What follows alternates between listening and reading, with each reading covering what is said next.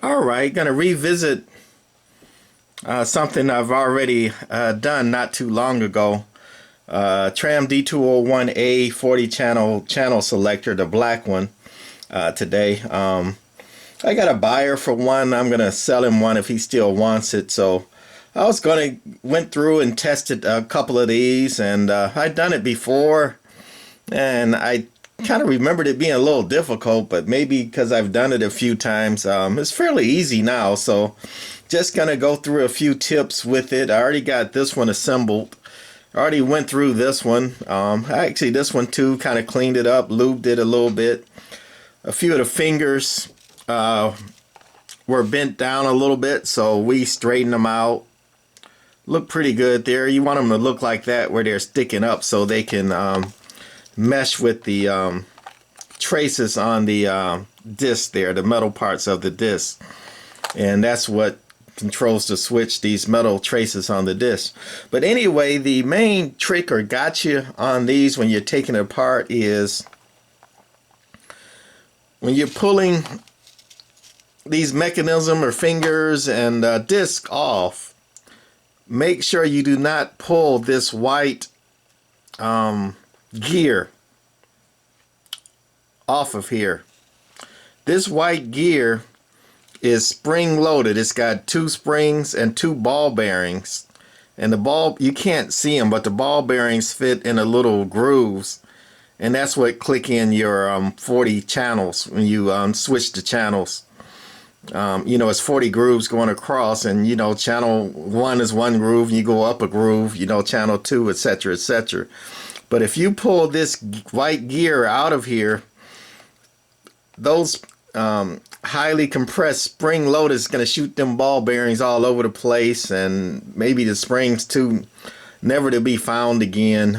So don't pull that out, whatever you do. Just be careful when you're taking the rest of the components off of here. So anyway, all 3 of the fingers are the same, and how this is going to go back together is one of the fingers is going to go on top of this, and the fingers are going to be facing the back, toward the back here, because they're going to mesh with this disc once we put it in. Now there are 2 discs. One is double-sided with traces on both sides, and the other only has traces on the one side. The second side is blank.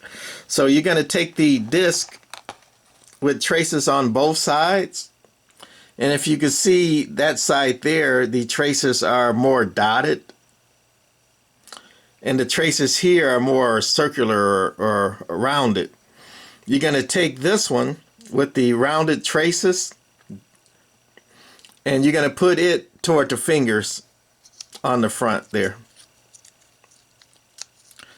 It only can go on one way. The shaft is slotted, so it only fits on there one way, long as you got the direction correctly with the dotted sides toward the back and the circular side of the traces toward the fingers there.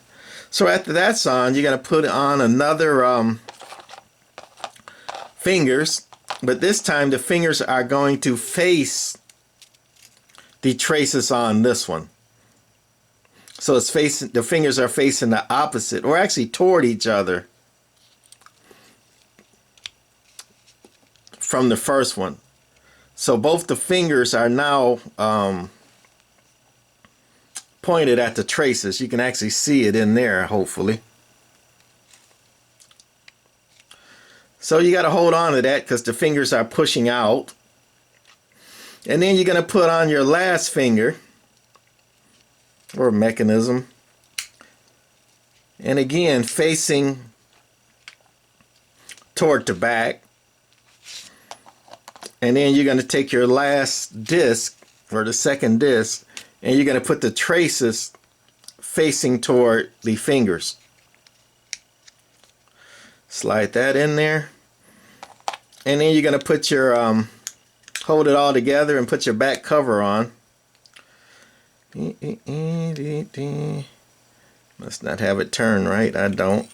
Like I said, it needs to be held in there because those fingers are pushing it back out. Now I've got it turned. I got to find my groove. Tram Doctor has no rhythm. He has no groove. And we got it turned correctly this time. It goes this way. With the lettering, that amp part is facing the bottom of the tabs, or the solder tabs or joints of the thing. So I let it get loose a little bit. There we go. Got it snapped in. Hold that together and get your screws. Screw goes in from the front toward the back. And get your nut while holding all that together so it doesn't pop loose. And screw it down. So we got it tight enough so it'll hold together. Then just get your other screw. Screw that down.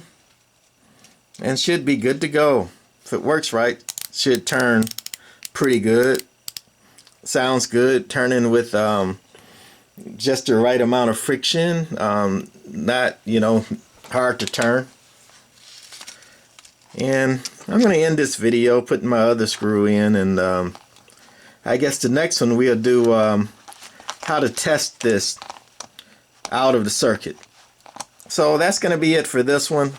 Coming up, how to test this channel selector out the circuit. Alright, bye.